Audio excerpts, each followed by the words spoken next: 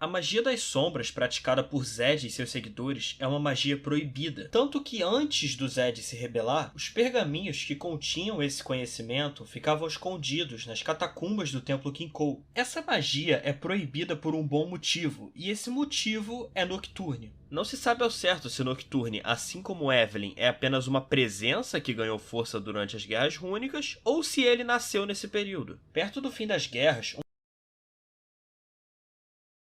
um grupo de magos, desesperados para conseguir qualquer vantagem sobre seus inimigos, deixaram seus corpos mortais de lado e começaram a entrar no reino espiritual. Eles passaram a perseguir uns aos outros não só no campo de batalha, mas em planos que eram formados por emoções e pensamentos subconscientes. Nesses planos, as leis da realidade física não existiam e eles podiam lutar das formas mais malucas que eles podiam pensar. Existia um grupo de magos que era particularmente poderoso nessa área, e eram os Magos das Sombras. Esses magos, eles dominaram o plano espiritual por um período de tempo e lançaram o reino dos espíritos numa escuridão. Só que quando eles fizeram isso, eles acabaram fazendo uma merda, porque o pensamento de todo mundo acabou sendo tocado por essa escuridão. Ela sugou a vontade das pessoas e infectou seus sonhos com medos sem nome que os atormentavam dia e noite. Muita gente acabou ficando insana por causa desse tormento e acabou cometendo atos horríveis contra suas próprias famílias. Todo esse sofrimento, somado à magia das sombras, acabou sendo combustível para a criação de uma criatura fantasmagórica chamada Nocturne. Nocturne não compreendia bondade, honra ou nobreza, ele era a representação do terror sem qualquer tipo de restrição para se controlar. E o Nocturne, ele nasceu com muita raiva, porque ele literalmente avançou nos magos que criaram ele e saiu rasgando todo mundo. Tempo não significava nada no reino dos espíritos, porém ainda assim o Nocturne prolongava as suas caçadas. Ele gostava muito de saborear a angústia de sua presa antes de finalizá-la. Acabou que no fim não restou ninguém lá dentro e também ninguém queria entrar mais lá. Por conta disso, todo o conhecimento que existia sobre magia sombria foi escondido, e a sua prática foi proibida sob pena de morte em diversos lugares. Nocturne acabou ficando preso no reino espiritual e ele começou a passar fome, porque quase ninguém passava por lá. Até que ele finalmente encontrou uma forma de se manifestar no mundo real, através dos sonhos. Atraído por corrente de magia que corriam os dois reinos, Nocturne começou a transformar belos sonhos em terríveis pesadelos.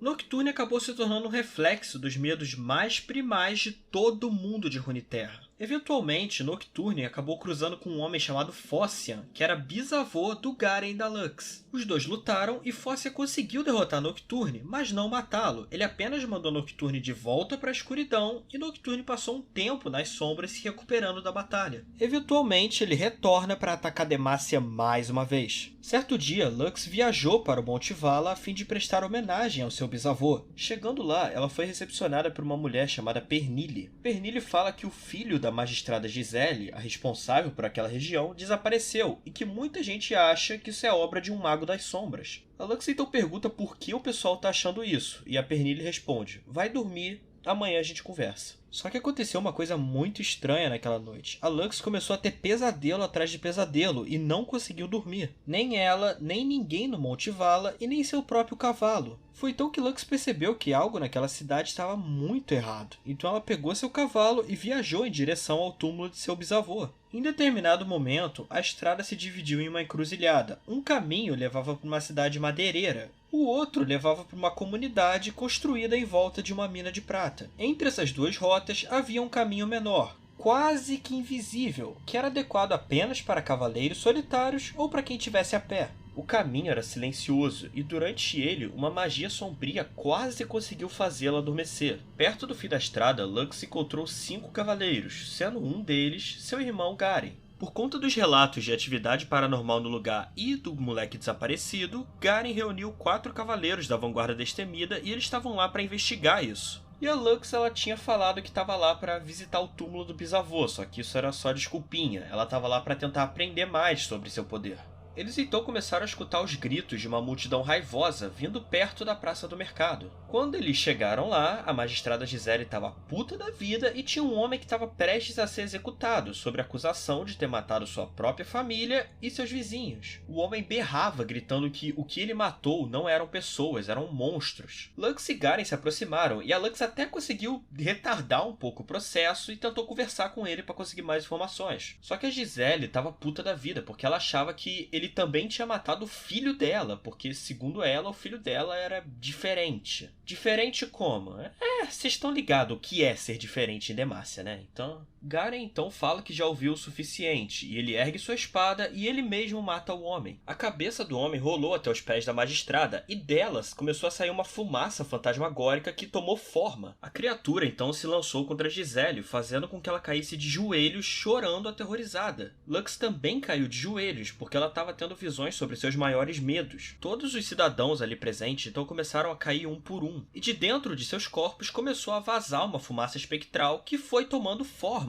E cada fumaça que saía de cada corpo tomava forma de algo diferente. Algumas tinham forma de guerreiros noxianos, outras tinham forma de aranha, outras tinham forma de dragão. Nocturne estava criando essas criaturas espectrais, moldando elas a partir do maior medo de cada um ali. Garen reuniu seus cavaleiros e eles começaram a enfrentar essas criaturas. A Lux olhou pro Garen e falou: seguinte, segura eles aí que eu já volto. E se dirigiu ao túmulo de seu bisavô, aquele que tinha lutado contra o próprio Nocturne. Quando ela chegou lá, o túmulo dele estava rodeado de sombras e o cavalo não quis entrar. Então Lux desceu e foi sozinha. Lá ela encontrou Luca, o filho da magistrada Gisele, que tinha desaparecido, e ele estava sendo possuído pelo espírito de Nocturne. Depois de anos na escuridão, Nocturne estava faminto e ele acabou encontrando esse moleque. Então ele começou a atormentar esse moleque e se alimentar do medo que o moleque tinha de ser descoberto, já que ele era um mago, em Demacia. Por consequência, ele conseguiu recuperar um pouco de suas forças e começou a atormentar toda a região. Lux jogou sua adaga em direção ao garoto. Ela não queria feri-lo, ela só queria expulsar o demônio do corpo dele por alguns instantes, para que ela pudesse conversar com o moleque. E funcionou. Então ela e o moleque deram as mãos e Lux usou todo o seu poder para canalizar uma energia de luz imensa que expulsou Nocturne desse mundo mais uma vez. Quando Lux abriu o olho, tudo já tinha voltado ao normal. A escuridão que assombrava a floresta tinha desaparecido, e as visões de coisas macabras que ela tinha sumiram, incluindo os monstros que estavam lutando contra Garen e seus cavaleiros. E ainda bem, porque chegou um ponto que eles não estavam mais aguentando lutar. Lux então leva a Luca de volta à magistrada Gisele, e então ela e Garen vão embora, retornando assim à capital de Demacia. Só que a situação ainda não se resolveu totalmente, porque depois que Lux mandou Nocturne de volta de onde ele veio, um outro carinha muito pior apareceu em Demacia.